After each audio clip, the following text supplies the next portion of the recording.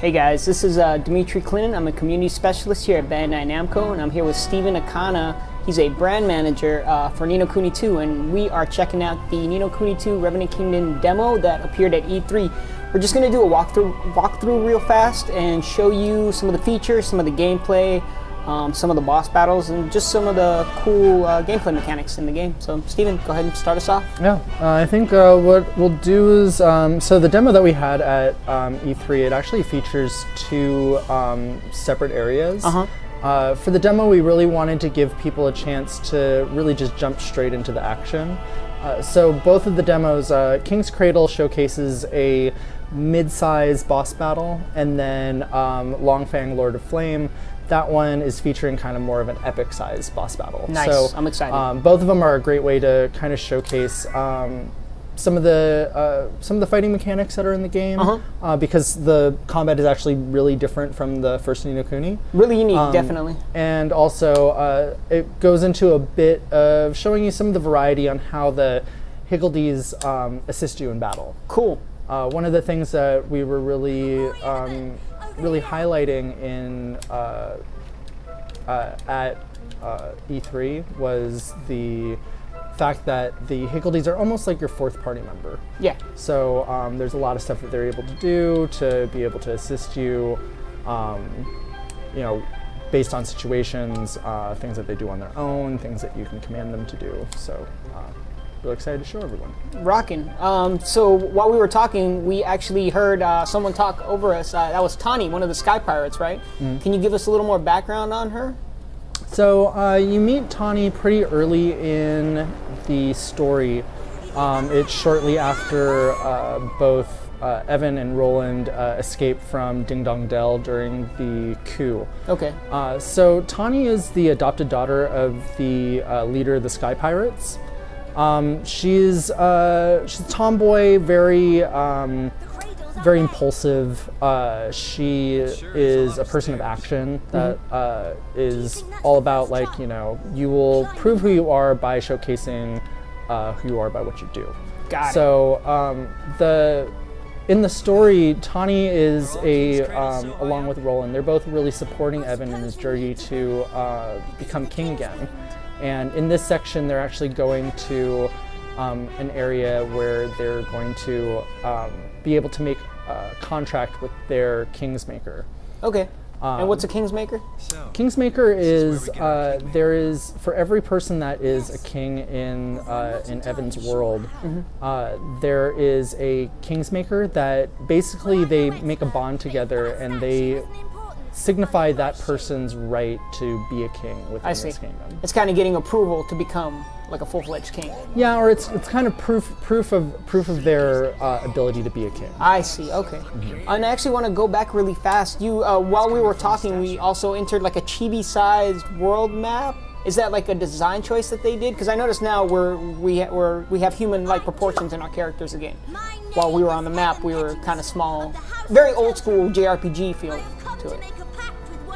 So when playing the game, like, so there's two distinctive design styles that you're going to notice. Okay. One is the very anime-looking character designs that you see right before us right now. Yeah. And they appear when you're in towns, if you're in a dungeon, and there's also the other version, which is like kind of, it's an overworld. So in between different countries, as you're traveling to these different worlds, you actually drop down into this little chibi form. And within that world, there's, you know, instance battles and a bunch of other little little gameplay mechanics that appear. Interesting. So it's not just exploring. Yeah, it's not just exploring, and it's purposeful in that, you know, the design team, they wanted to be able to showcase that kind of juxtaposition of like these kind of lush, realistic world environments against this more traditional animation style dungeons that you're able to encounter. Got it. Okay, so design choice. Nice. And I'm guessing this is the trial that we're going to have to face. Yes. So, and within this trial, actually, there's a couple different activities that we do, but for the demo specifically, it's fighting against this character Fog. And he's one of the Kingsmakers, right? No, he is a part of the Trial of Courage. So, I see. in defeating Fog, Evan is able to showcase his ability to be king. So it's a test of his courage and bravery. Got it. And there we have the Higgledies, those small little guys that have different, I guess, elemental properties that can be used to help you, right? Yes. So if you see like the fire Higgledies, they're throwing little swords over at Fog right now. The water guys are throwing some water attacks. So there's things that they'll do on their own, but if you see these Higgledies here, they're giving me an opportunity to be able to boost my attack power. Same with the Wind Higgledies. If they give me an opportunity, I believe they will give me a shield buff. It's very cool. Like if you're in that vicinity, that's how they work. I always thought you used like the right analog stick to control it, but no, they move on their own. Yeah, so they have their own sensibilities in looking at what's going on in the battles, and you can tell there's always a leader to each of the groups, and the leaders are kind of signified by they'll have like a little neck charm. Like if you look at the Wind Higgledies here, he has like a little right cape there. around him, or on the fire ones, there's a guy who has a little bulldog collar. And they're called Higgledy Heroes. Okay. So the Higgledy Heroes are almost like the generals of these little groups. So they're like saying, hey, come over here, we can give you a little bit of assistance, and then it's boosted my attack power. That is some crazy attention to detail. I didn't even notice that when I played the E3 demo originally, that some of them have like a collars or a charm around their neck. That is cool. Can you customize these Higgledy Heroes, or they kind of just do their own thing? We don't have any information on customization for the heroes, but there's a lot of cool information that's in the pipe. So I think this is a great first outing for people to be able to get a glimpse at these cute little sprites and seeing how they interact with you in the game. Definitely. And if you saw right there, so when you press the R2 button, you can bring up your different skills. So there's physical attacks, there's magic attacks. But if you hold down the button when you're doing that, you can actually use the different Higgledies to add additional elemental buffs to it. So if I'm doing a regular special slash, it's going to just have physical damage like that.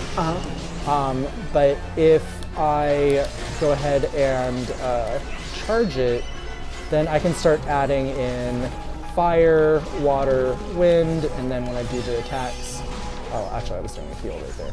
Pay attention. And do you have to be within the specific Higgledy's vicinity in order to charge the attack, or you can do it from anywhere? No, they'll come towards you as you're charging. I see.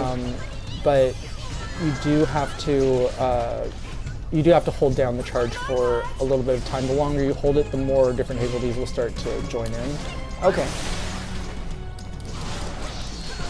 I'm really impressed by these graphics. The art style is just amazing in this game, and it just runs so smooth. It's going to be a crazy RPG once it's all done. I noticed there's like these blue orbs by your life bar there. Do you know what those do? So if you look up at the life bar at the top, some golden thing just popped out. Get back here. What is that? So when you collect one of these, it's when at certain points, if you interrupt the enemy that you're fighting, it'll give you one of these orbs that makes you super overpowered for a short period of time. So you see that gold bar that's up at the top. Yes. So that's showing how much time I have to actually utilize this, and you can actually chain it multiple times. So I'm like, oh, give me another one of those gold guys. So it can actually shorten the battles. Yes. Okay. It's one of those things that it's not required for you to be able to, like, you don't have to be able to execute them to be able to win, but it does assist you in getting through battles quicker because you're attacking with much more power. Got it. But going back to the blue orbs, so as you're doing physical attacks, you see those little gems that are above the life bar? Yes. As if I want to do a physical attack or a magical attack, every time I do that, it's going to cost me one of those little pieces. Okay. But I can refill those by going and doing some physical attacks against against it. I see. Okay, and that's how. So it doesn't recharge over time. You actually have to perform physical attacks in order to charge those the spheres up. Yeah. Got it. Okay. And it looks like you're almost done with this battle. The golden overpowered mode really helped you out. Yeah, and with this demo, we wanted to make sure that we were simplifying. Since there's a lot of new concepts that we're showing people, we wanted to simplify some of the gameplay. So rather than being able to swap between Roland and Tawny, this demo locks you to just play as Evan. Okay. But in the full game, you're able to switch with your other party members on the fly. Nice. I was going to ask about that if I wanted to like switch to Roland. You're going down, dog. Wow. And there it is. Man, the character design is just ridiculous. He's so adorable for a giant enemy. Right?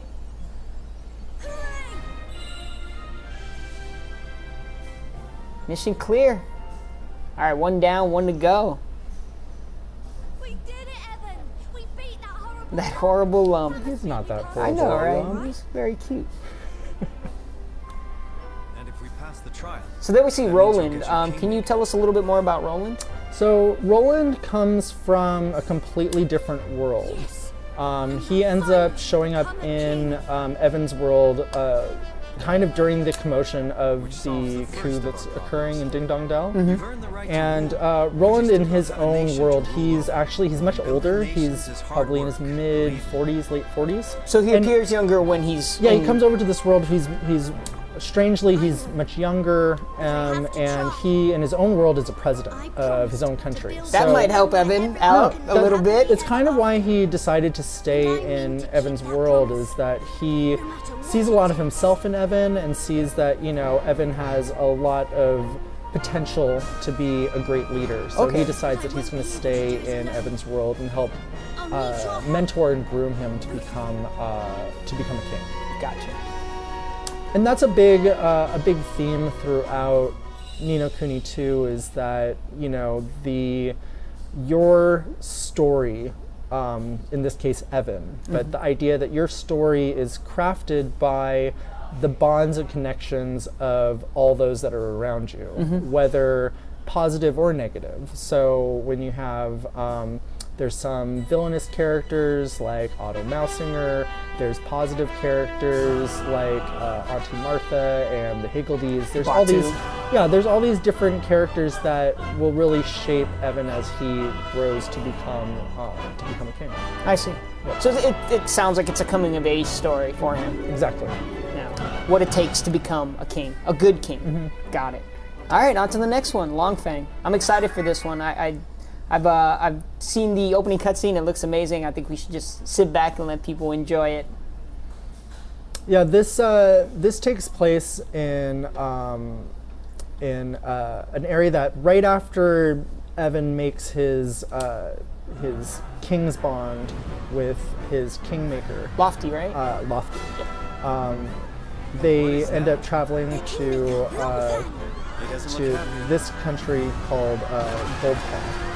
And in this world, there's it's a casino town, and that's Longfang. He's the guardian or the kingmaker for that country. I see. Okay. And for some reason, he starts acting very aggressive towards Evan and his party. They believe that something nefarious is going on, so they end up having to take him on in an epic battle in a volcano. I saw that thing at the bottom, Butcher, Baker, Kingmaker. What is that? Is that just his title? It's kind of just that, you know, for people who've played the first Ni no Kuni, they'll be happy to know that the team that, you know, was involved in the localization of the first game is also heavily involved in this one. So a lot of the nuance that they give to the localization is it's very similar and has that element of, even though nostalgia you usually don't say for games that are, you know, I would say wittiness.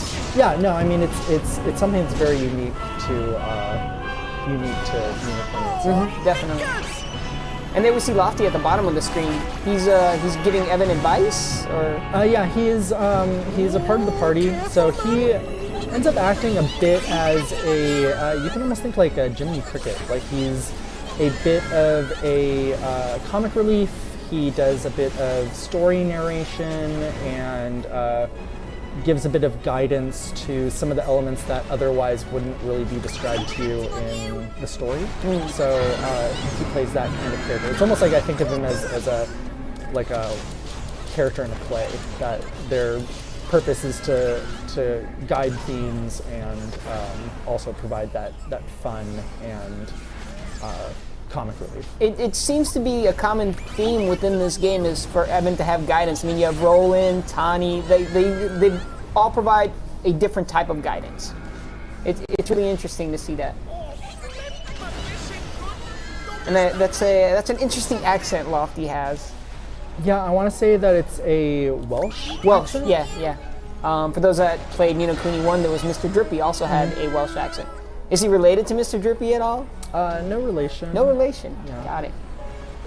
So one of the things that I mentioned before about the Haggledies is how, given different situations, they might provide different opportunities to Evan. So in this case, there's you're in a volcano. There's a lot of different fire elements that you have to look out for, whether it's from Longfang himself or if it's from the volcano itself. So You are about to die. I think you need to heal up. I need to find those wind Haggledies need to help me out. Yeah, there you go.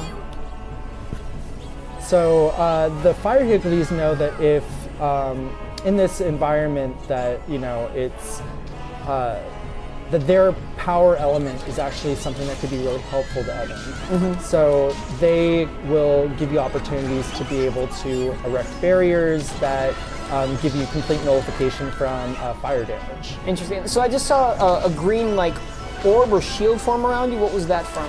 That was from the wind Haggledies. So Okay. they're able to give you a buff that's going to help with shielding and defense. Got it.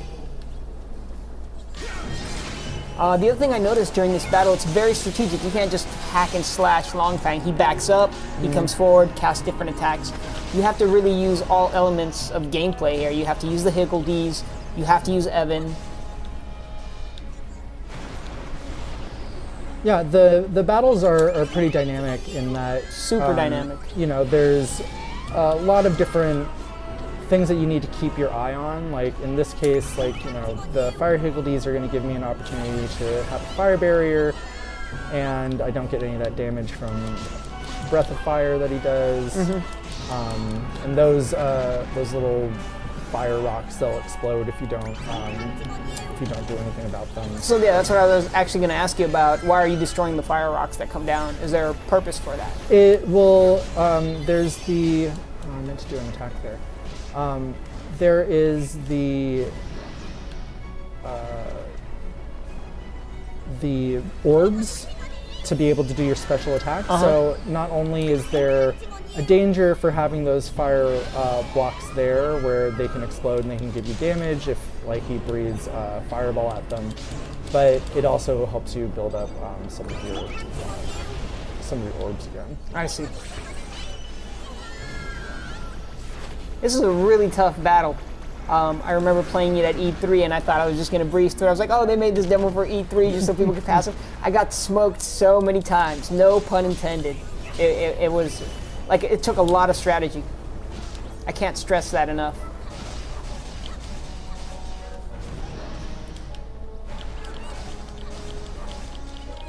And with the real-time battle system also comes a lot of more different moves. You're able to jump now during combat. You're able to roll.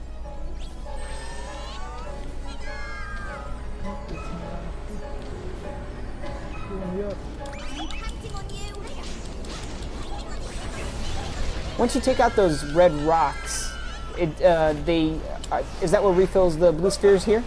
Yeah. If you see anytime I destroy one of those rocks, there's I think 3 little orbs will pop out. Gotcha.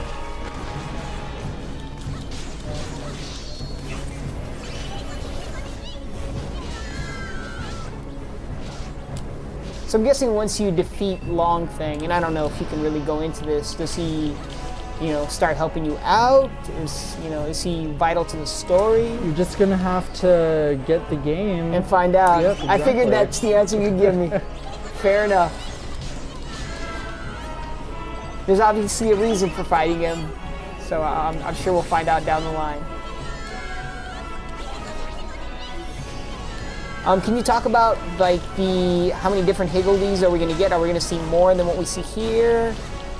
Or is that another question where it's find out down the line? It's like I said. There's a lot of really cool elements about the Higgledies that we've yet to share. Excellent. Okay. But that's one of the great things about working in video games is that, especially with something as wonderful as Ni no Kuni, there's so much stuff in here that we just can't wait to share with our audience. We've barely scratched the surface. Exactly. Definitely. Longfang's design, is that like he looks like one of those Chinese dragons, like a dog, a lion? Yeah. Lion, I think it's a lion. It's kind of lion, kind of dog. Definitely a dragon. Mm-hmm.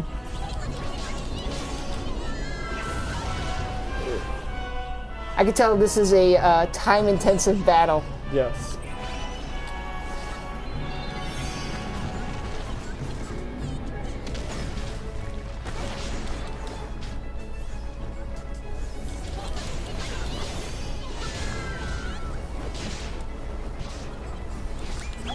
One other thing I've noticed is each of the characters have different weapons.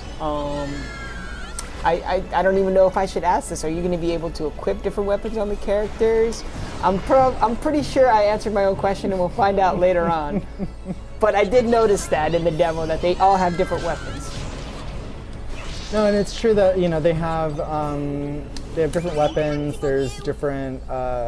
Roland has he has a long sword. He also has a gun that he's able to use. Right, I did see that in the cutscene. That's what I was actually heading towards, was the fact that Roland, he uses a sword, but I've seen him in the cutscene with a gun, with a strap.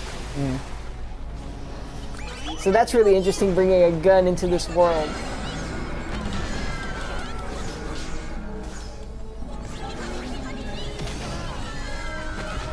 It still blows me away the amount of detail Level 5 is putting in the game. You see like the marks on Longfang's scales there, and his broken claws.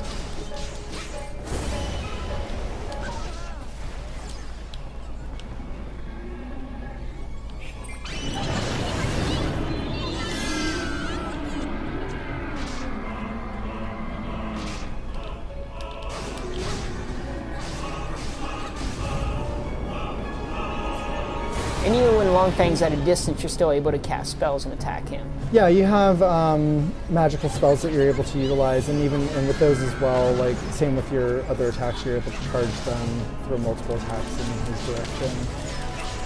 Would you say Evan's more cat or more person? He is half and half. Half and half, okay. Does his race have a name? Or is it just cat people? I want to say it's cat folk. Cat folk, I think I've heard that, yeah. I'm really digging Roland's hairstyle with the ponytail. He's bringing it back. You don't see it too often, but he works it with the suit. I like that.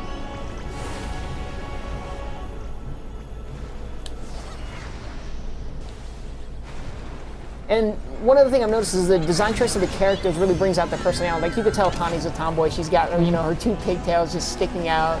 They're not like braided or anything. She's just wild. She looks wild. And Roland's like buttoned up and suited, eloquent looking, if you will. Could definitely tell he's a president. Oh, 5 minutes remaining. Are you going to be able to do it, Steven?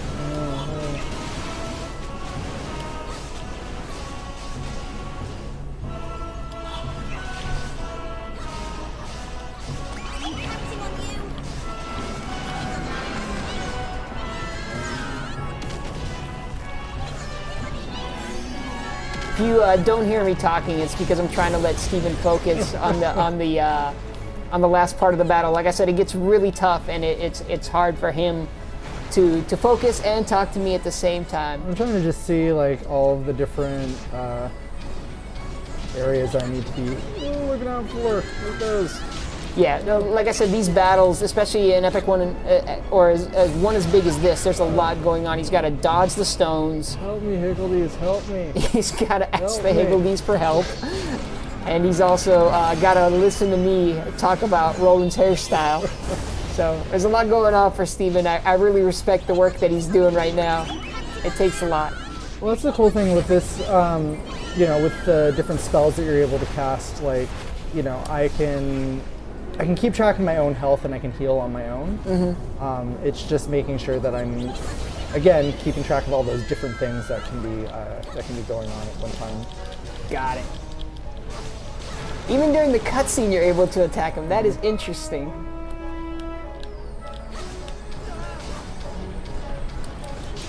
So what's strange to me is we were at Golden Paw one moment, and then like were we phased into another dimension, or is this still Golden Paw and he just wrecked it?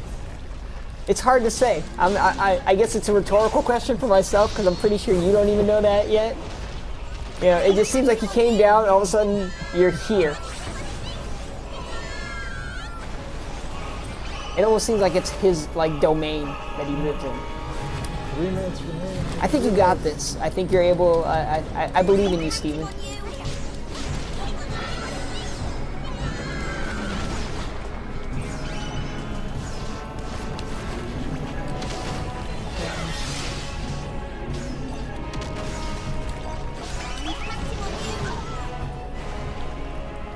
So yeah, we're just having Steven finish this up.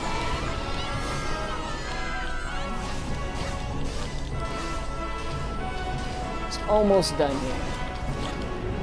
It's almost taken Longfang out. I believe he's gonna do it. I've seen him do it at E3. So as you can tell, not gonna be a easy game. I'm sure this ramps up. I'm sure this is a battle later on. But yeah, battles like this, it is a fully fledged RPG. It's like, you know, it may have a dare I say it, kiddie aesthetic, but there's a lot to it. And it'll ramp up and it'll teach you things. You're not going to go in there blind just fighting Longfang from the beginning. Well, I think the one thing to think about is that, you know, the aesthetic is very much like most, when you think about most Ghibli style films or Pixar films, Disney films, there's something that's very ageless and timeless. I like the fact that you mentioned Pixar, where it caters to kids, but there's like a lot of adult jokes. So it's like it's for general audiences. You know, there's jokes that adults will get, but kids can watch it too. And I think this is an analog for that, where kids can check out the cool visuals and the cool, like, you know, animated art style. Congratulations, Steven. But adults will enjoy like the combat, you know, and the depth of the game. So there we go. Mission clear. I knew you could do it, Steven. I had faith in you.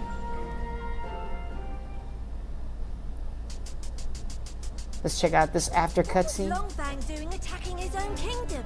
That is a good question, Tani. His king's bond's been pinched, isn't it? Which means he's not a king. What does he mean by no more. pinched? Stolen? That's what you know, like I guess the Welsh term pinched. I guess so. Yeah. If we don't get it back, and soon, your world's in big trouble. Roland, man, he's just a sharp dresser. I like the scrunchie. We have to do something. He's rocking that. Sure we did. Just Very unique character designs. Evan doesn't really have a hairstyle that I would rock, but he makes it work with the cat ears. I know it will be difficult, but if there's even a chance, Very determined looking as Evan.